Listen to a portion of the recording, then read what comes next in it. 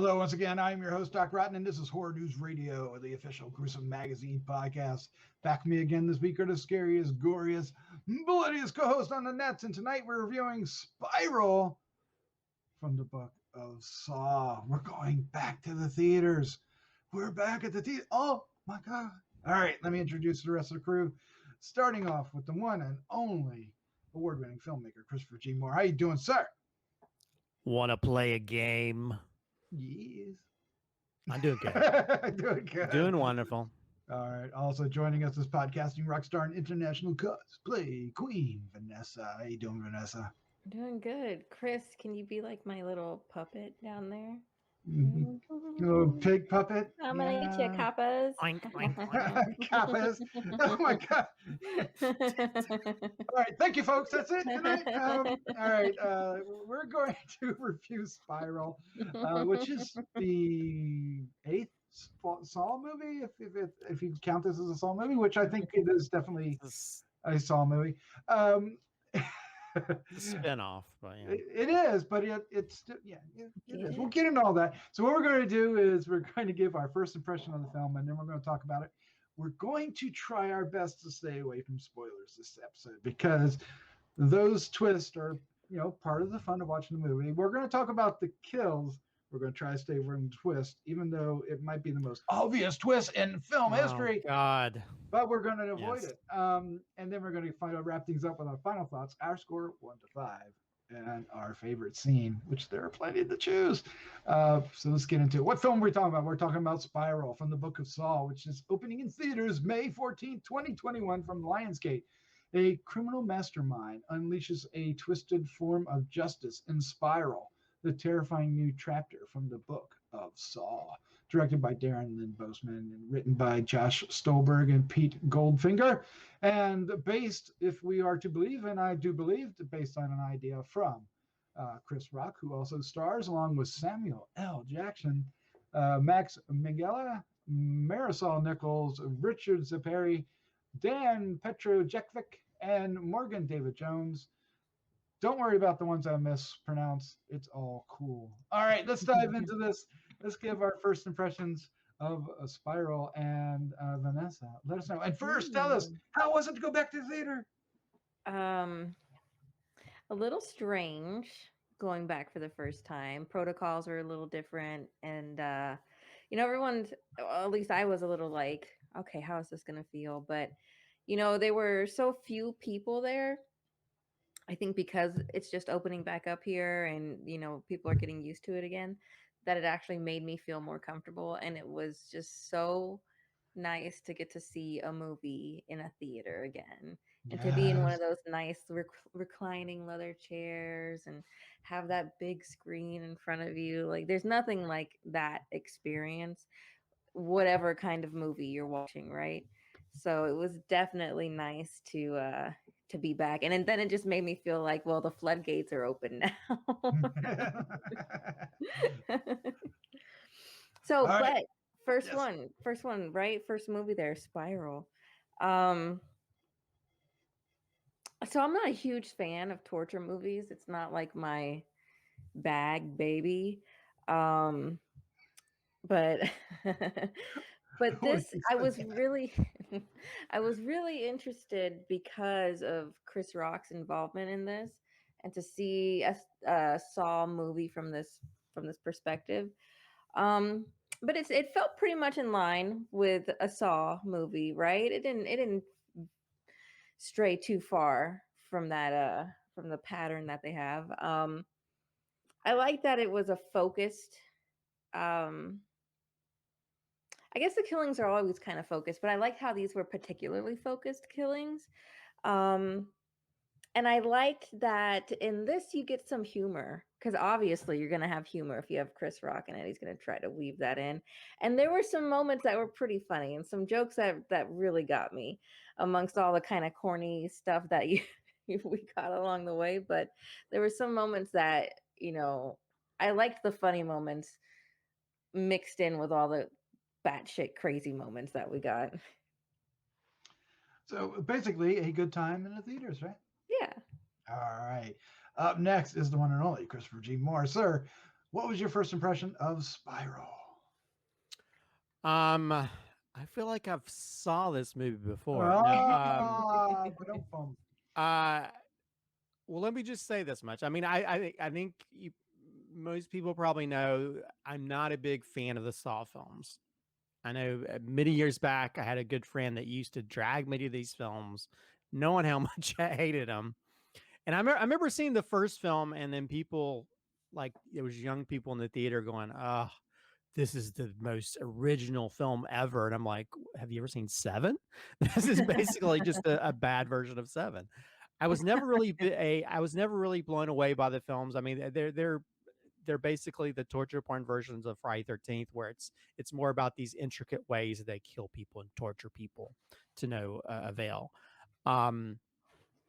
So going into this, I wasn't sure what to think. I know that they kind of made it out to be like, oh, this is like almost like a reboot, but it's not really a reboot. It's more of a side story to the Saw films. So I do. I mean, I will say I don't hate it. Nice. Let me just paint that off. I don't think it's the greatest Saw good. film ever. I did like the side plot of it, which is very timely now because of all the issues we have with cops and that kind of thing. I Yeah. did like that idea where it was more about like all these bad cops and how it kind of tied into that. I did like that aspect of it. At the same time, I know that I heard an interview where the director was talking about like Chris Rock, when he approached him, he made him watch 48 Hours. And he always remembered 48 Hours as being this like really funny thing. But then he goes back and watches it, and it's actually kind of gritty with a little bit of humor, but it's more just like this gritty. And this film felt like if you combine like the lighting, bad versions of the lighting from Seven, with those 80s, 90s buddy cop movies, you know, like Lethal Weapon or any of those type of films. I feel like Chris Rock is trying to do his best Danny Glover, but he just looks like he's staring at the sun half the movie, or he's constipated. Constipated. So I mean, there was parts I you know, I could see what they're going for. I didn't really believe Chris Rock 100% in this film. I think he was kind of miscast, even though it was his idea to begin with. But I mean, he was trying to go for it, and I applaud him for that. I just, because he was just like that normal, older, grumpy cop that you see in those type of movies from the 80s and 90s. The twist, which I'm not going to go into, is one of the most obvious twists ever. And I think that's always been a big selling point to some degree of the Saw films, because the first one had such a big twist to it. This twist is like, it's pretty obvious, even when they're trying to throw you off with a twist. It's very, very obvious, where I'm glad neither of you were sitting to me next to me, because I would have been, I mean, it would have been the same like escape room. My eyes rolled to the back of the theater. I was like, oh. But at the same time, it was interesting. So I'd say that this is probably maybe a higher. I mean, I don't know if there's any kind of high film in the Saw franchise for me in general. But it was okay. You know, I didn't hate it. I tolerated it. I mean, the kills did make me cringe in parts. But yeah, I don't know. I was kind of hoping with this that they were going to try something different with the filmmaking, which they kind of did with the lighting, I guess, in certain scenes, because there's like, they have like these over orange scenes and these really blue scenes. They're really trying to pull that David Fincher lighting, but it just looks like they just threw a filter on it for no reason.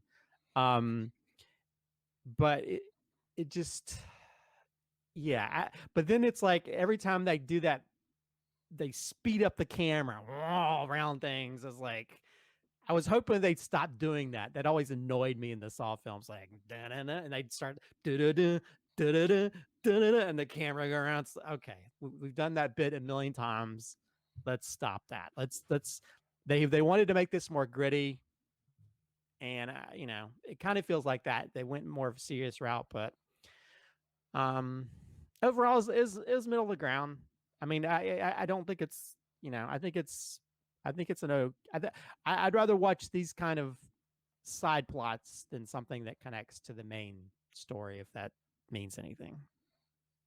Yeah, So. I mean, yeah, because they've kind of milked, you know, the was it John Kramer? Do I have the right name? Whatever his name is, they've milked that guy to death, right? And it's good that this is, you know, the Lego sequel kind of idea where they're handing it off to a new killer entirely.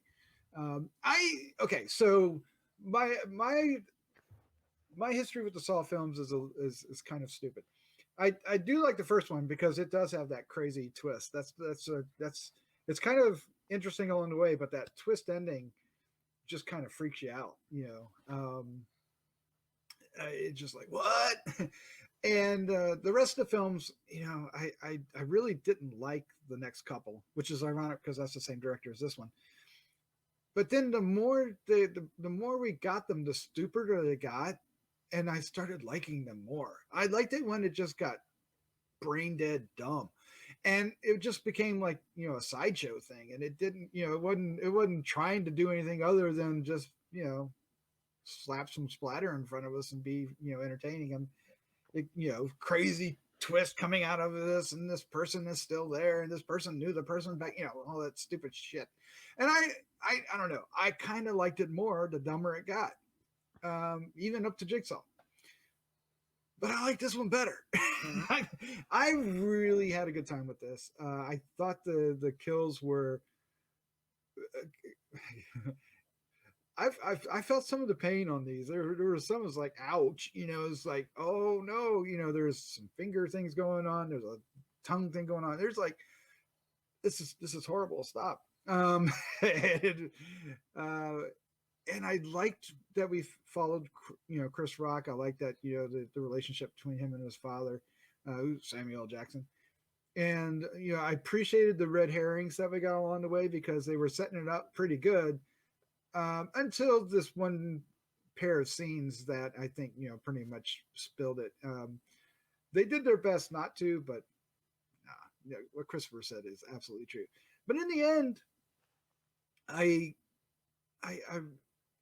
just really had a good time with it, and I'm wondering if some of that is just, you know, having a good time being back in the theaters, and it's quite possible that is, you know, kind of elevating my the fun factor of this particular film.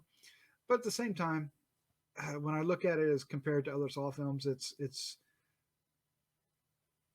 succeeds in what it's going after.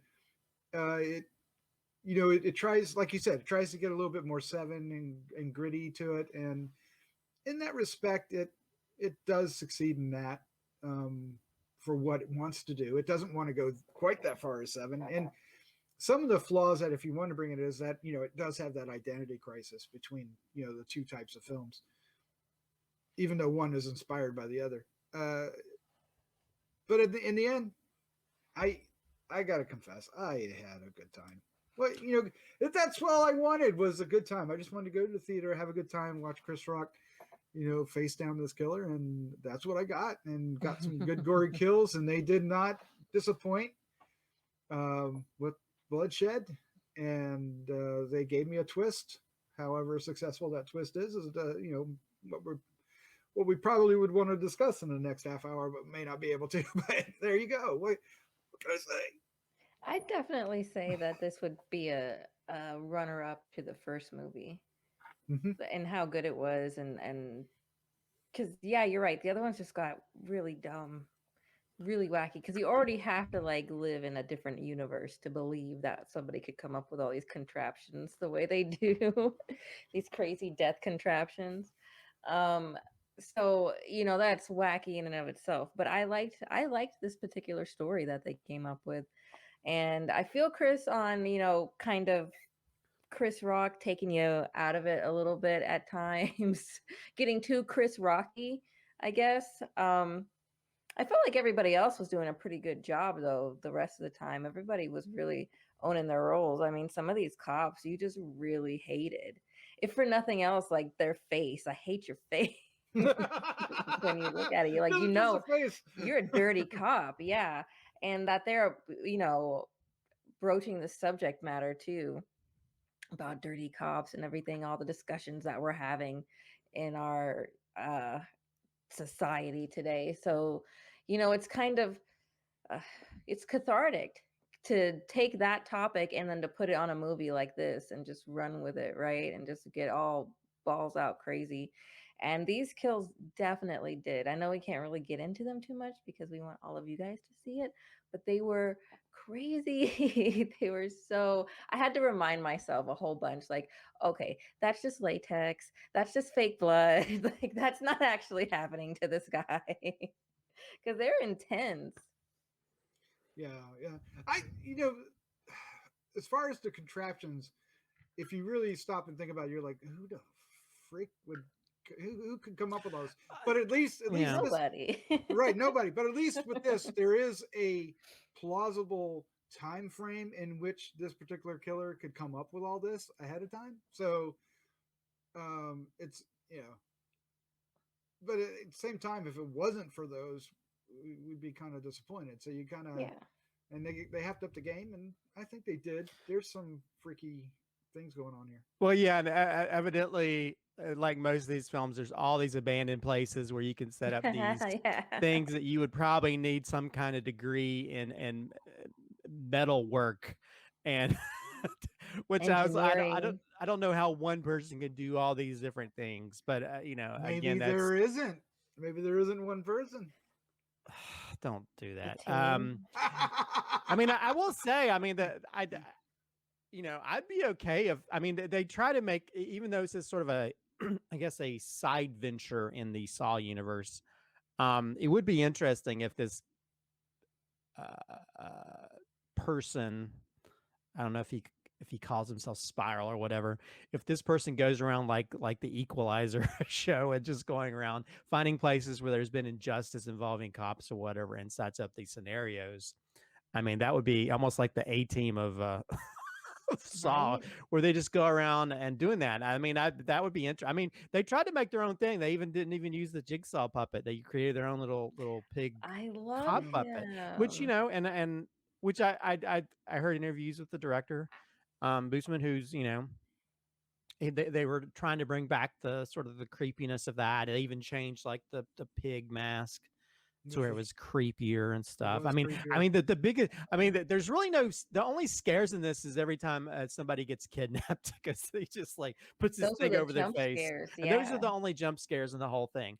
And I mean, I will give it I think the only thing that, and this is probably just a me thing, the only thing that was entertained by is the references to other movies in this, because there's a part where Chris Rock says, this is some New Jack City shit. And I was like, he was in New Jack City. So I actually laughed in the theater because, and then also, I think there's a door to their basement area in the police that says, it's the two characters from Pulp Fiction, Jules and Vern. Wow. It's on the door to that, I thought it was Jules Verne, so I took it a totally different way. It was Jules and Verne. Yeah, it was a Pulp Fiction reference, because of Samuel Jackson. And you know, and I will say Samuel Jackson is Samuel Jackson. But that's great. So, but I mean that was I almost kind of wish that, I don't know. I mean, it would have been more interesting, I think, if Samuel Jackson was actually the don't give it away, was Chris Rock's character. That's what I'm saying. I'm not giving anything away. I'm just saying, like, nicely done, sir. I wasn't trying to spoil anything. No spoilers. Not that anything. You'll figure out everything about a little ways into the movie now. But yeah, I did enjoy him. I enjoyed I think some of my favorite moments are him and Chris Rock sparring. I think those are the moments where it kind of it felt more natural. Because I think most of the film, you know, Chris Rock is trying to portray those type of characters you see in those cop movies where he's just grumpy, like I mean, Danny Glover's character in Lethal Weapon is like, I'm tired of this shit type thing, or he's, of course, Daniel Glover was in the first Saw. He was, and I mean, yeah, I guess they can't bring him back for this, but yeah, I don't know. It's I think taking it a different direction, because I think most of the Saw films are usually a lot of disconnected people, and this, because they're all connected with this whole thing, and how that plays out is very interesting. But I don't know. I mean, but I think all the cops that end up being part of it, you really learn to sort of not dislike. Although I did hear that they cut out one kill. So there's one character in the movie, a cop character, that was supposed to have been killed, but because the MPA didn't like it or something, and then he realized that it wasn't really going to be helpful. So that cop can probably come back if they stay in that area. Yeah. So I don't know. I mean, the kills are are trying to be very inventive, I guess. Well, I will say that to get back on Chris Rock real quick, he is in his mid-50s, but he does not come across as a character in his mid-50s. He always looks like he's a not 14-year-old boy. He always looks younger than what he is. And because he's, he's not like, because he's skinny, I don't feel like he could threaten a fly a lot of times, and so I don't really believe it's more like a kid having a tirade than a real, which, this is not, I'm not trying to diss Chris Rock, but I don't know. I just I didn't believe a lot of his sort of, his meanness. Yeah. It's hard to, because there's so much history, but I recommend that anybody that's questioning this to go watch the Fargo season he's in, because he's really good in that. And some of that bled into this movie. There is some of that in here. Yeah, although there is that one little dialogue thing at the beginning where it feels very Pulp Fiction-ish, where he's talking about Forrest Gump. Oh, that's classic. I love that. Yeah, exactly. Although there was a sequel to Gump, a book sequel to it, so okay. Regardless of his point in that, but yeah, I don't know. I mean, that was. I don't know. That only seemed like one of those... only you know that. Yeah. All right. Well, let's go ahead and wrap this one up. Let's give our final thoughts, our score 1 to 5, and our favorite scene. But before we do, if you're still listening, we want to thank you for hanging out, checking out our reviews, and we hope you're enjoying not only this one but others that we have on the channel. If you want to help us out, it's real easy to do, and it's free. You just hit the subscribe button or share with a friend. That does wonders. Also, when you see the film, and we know you will, leave us some comments down below. You just rip it up or support it 100%. I don't care. We want to hear what you think. We also want to do a quick shout out to our friends over at Patreon, who without their support, we wouldn't be able to do not only Horror News Radio, but Gruesome Magazine, Decades of Horror, and Heroes and Droids. Thank you all so very, very much. All right, let's do this. Vanessa, you are up first. Your final thoughts, your score, and favorite scene. Well, not the worst movie to be the first movie to see back in theaters. Because I did have a good time. It's one of those movies that just is so wacky with what it's doing that you have to have a good time. You can't take it too seriously. And I like the little changes that they made. I liked our new little puppet character. I really liked that a lot. I thought it was super cute and creepy and worked well with the story that they're trying to tell. It's interesting because I don't like these kinds of movies at all, but something in the way that it was shot or the way that they presented the kills or the dead bodies that didn't feel quite as bad, or maybe I've just moved past it in my age now. It doesn't bother me as much, but I don't know. There was something about it that made this one more palatable to watch, I guess. And I just thought a lot of the kills were really cool, and some of the things that they showed were pretty cool. So overall, if they did another one, like if Chris Rock is involved in another one, I think I would be really interested to see where they're going to take it next. Although maybe it'll just get wacky all over again. Has to almost, right? Yeah. and we're focusing on the kills. There is a side plot. He's going through a divorce. He's training up a young partner on the force. Like, they're working with all these different side things, like Chris was saying, 48 hours kind of partnership they're trying to build, his relationship with the other cops in the precinct. But that's all. I don't know. I think one of y'all said it was a little bland, right? And it does kind of feel that way. It felt a little generic at times, but there were some good moments and some funny jokes in there. And when you're just spiraling around the kills, it works. It works Nice. in that Good way. job. So I'm gonna give this one. I'm gonna give this one a 3. I think it's decent. It wasn't bad at all. I'd watch it again. Um, but my favorite scene, I mean, it's gonna be one of the kills. If Which I have one? to pick a fit, can I? Are we gonna go spoiler into that with our favorite scenes? Let's do it. Let's do it. Okay, so my favorite scene and the one that like really creeped me out the most was the hot wax Oh wow. on the Okay. commissioner's face. Yeah, that one was just her Nice. gurgling that wax in her mouth, and then when he pulls the hard wax shell off of her face, oh my god. And then the thing behind her neck, like, it was that one to me, because that one was more, I guess, maybe the most believable, like something that you could actually make happen, unlike all these other really crazy contraptions that they came up with. That one just really was like, ugh, I hate it. It wasn't the most elaborate, but it still, that didn't stop it from being excruciatingly painful to watch. Yeah. Oh, no, As thank far you. as feeling for the character, yeah. Yeah. All right, Christopher G. Moore, you're up next. Your final thoughts, your score, and favorite scene. Yeah, the interesting thing at the very end of the film, when it goes into credits, a thing happens, and there was like a couple in front of me. The guy was like, "Yeah, that was awesome." So these film is subjective, art is subjective, and so there's some people that probably love the shit out of this film, especially the integrating Chris Rock into it and having Samuel L. Jackson. And I will say it's nice to know that the people at the Alamo Draft House haven't forgotten about me, because I went in there, to my seat. I passed the bartender or whatever who I've seen before, but I didn't think she even saw me. And I went in there and I was sitting there waiting for the film to open, and she came over. It's like, by the way, there's spiral posters near the entrance.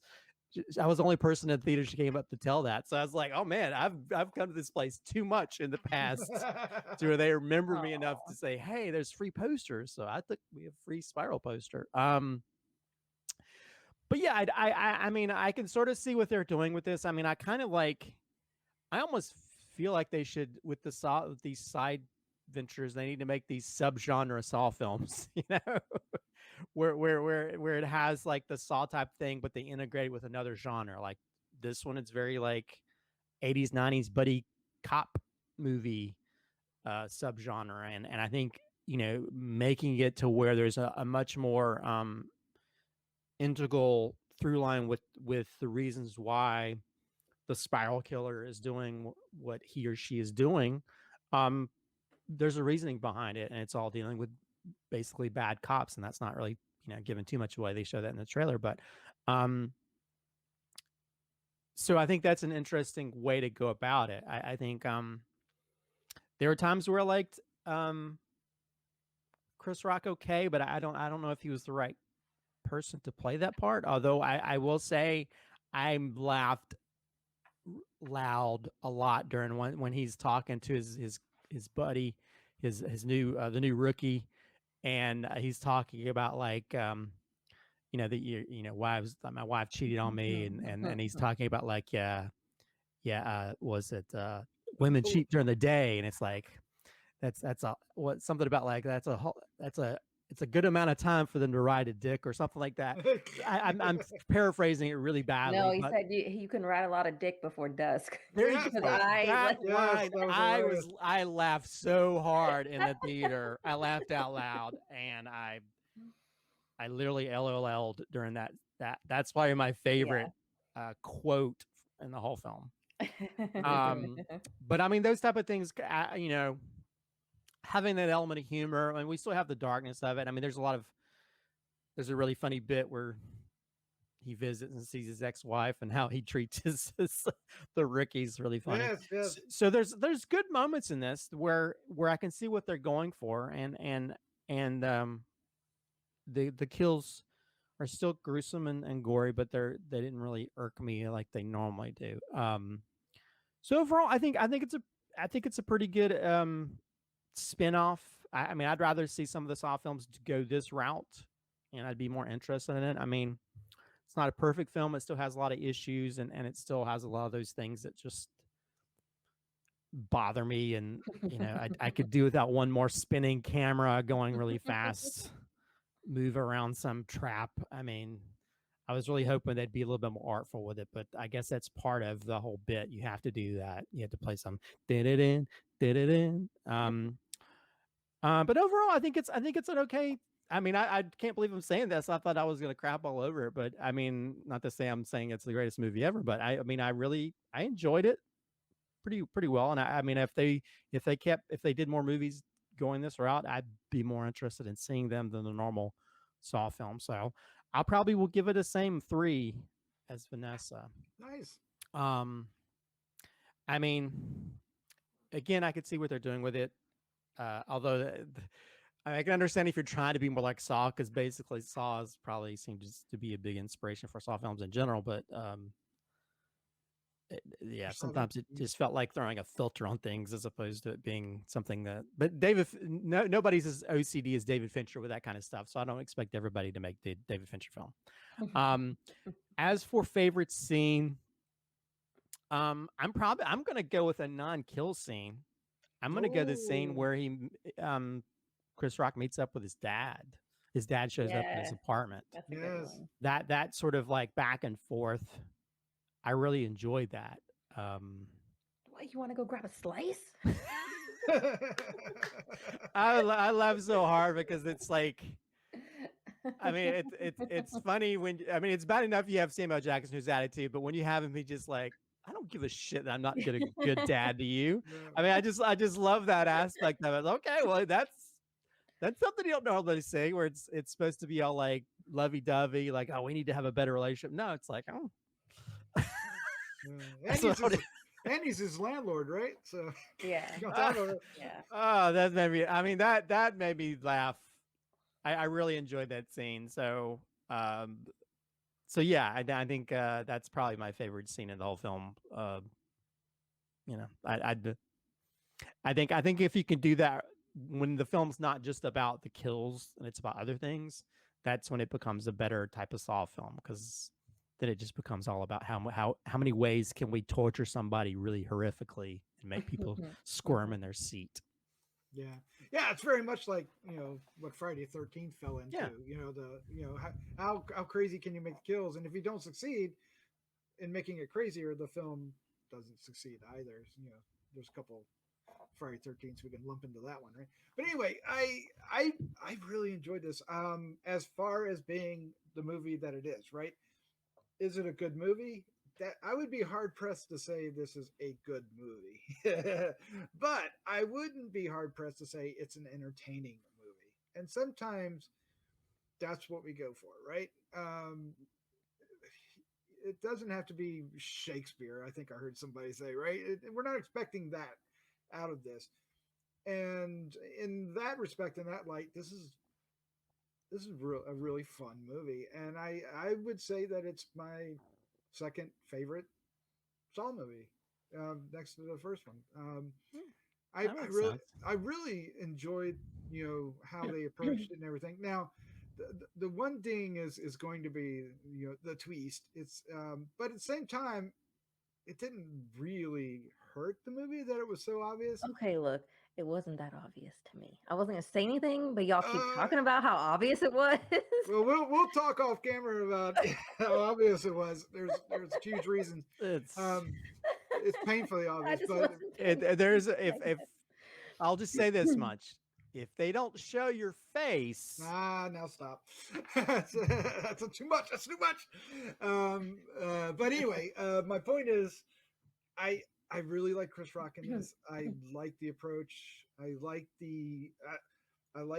how it ended. I liked how it set up, more of this if it wanted to go, and there is more than one way it could go. I mean, there is, it could go obviously this way, and then it could, go that way. And with these characters that they've set up at the end of the film, I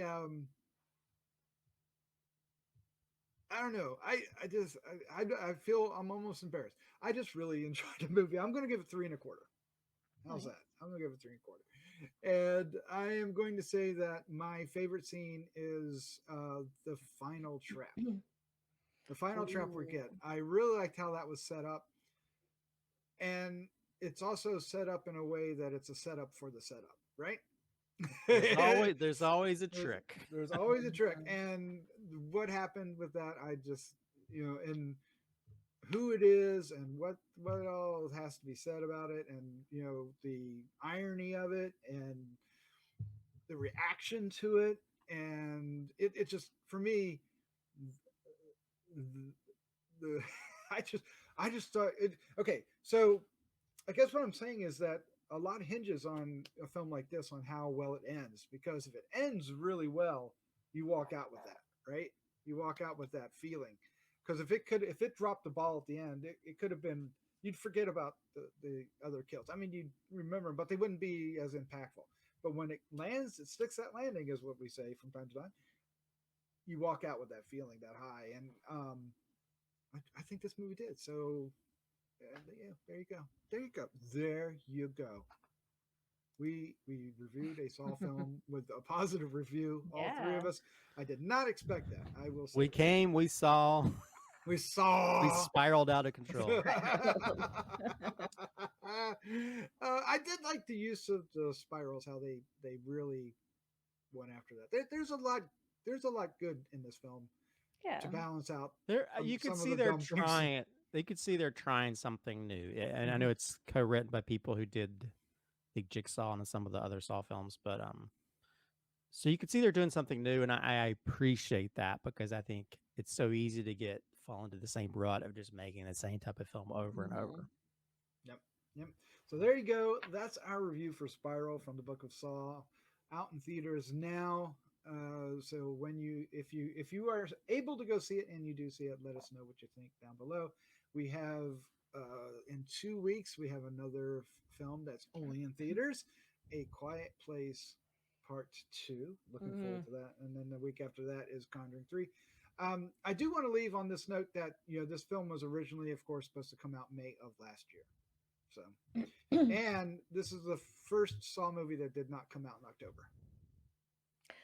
Oh, wow. Because that was one of the reasons why it had such a long life, is that it owned Halloween weekend for like 5 or 6 years, and until Paranormal Activity, because Paranormal Activity came along and took it on after that, and so that's a thing. That's a thing, right? That's a thing.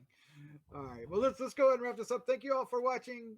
Vanessa, Christopher, as always, thank you for joining me. This was particularly fun.